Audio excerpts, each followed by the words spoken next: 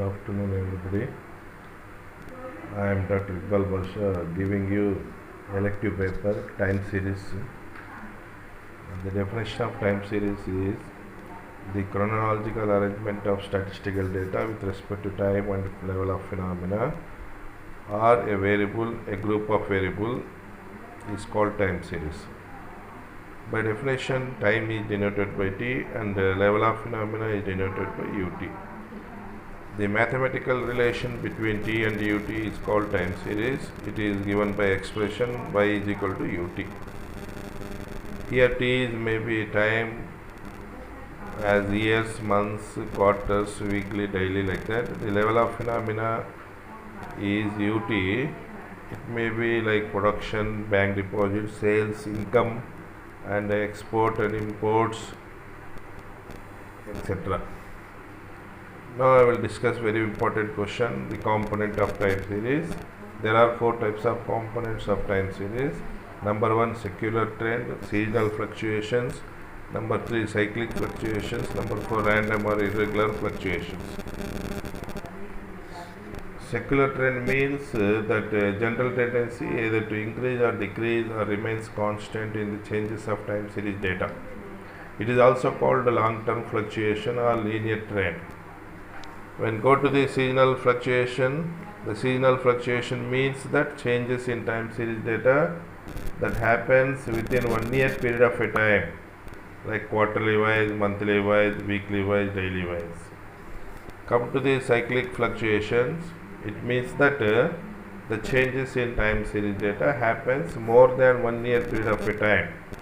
So it is observed in business, so it is called business cycle.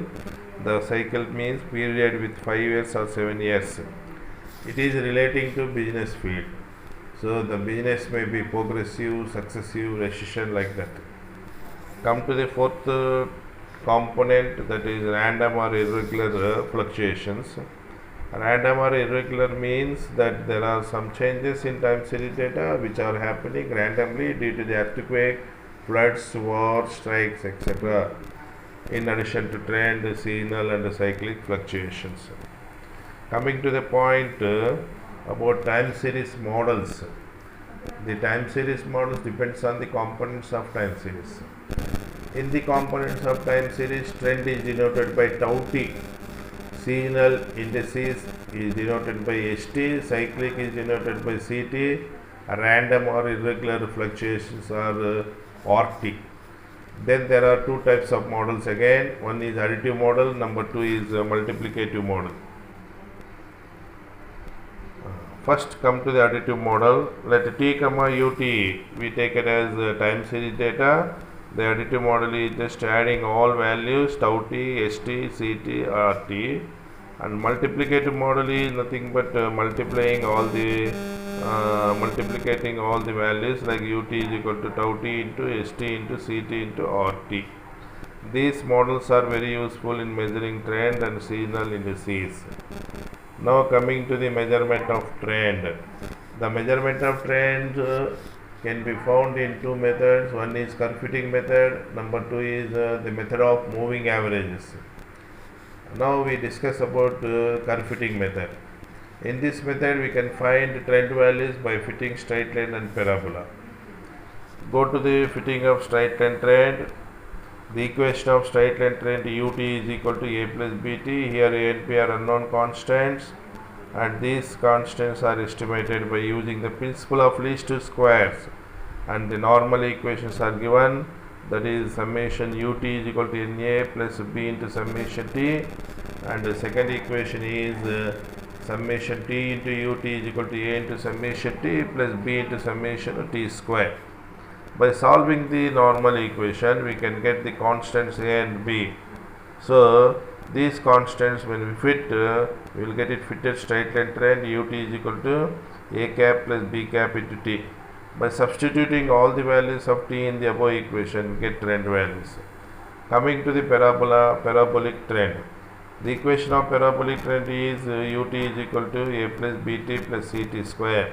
Here a, b, c are unknown constant, and these constants are estimated by using the principle of least square, as usually similar in fitting of straight line. And normal equations are, there are three equations mentioned, and solving these normal equations we get the constants a, b, c, and these based on these constants we fit the parabolic equation ut is equal to a cap plus b cap into t plus c cap into t square. By substituting different values of t in the above equation, we can get the different trend values. Now we go to the moving averages method. Moving the average method is defined like this.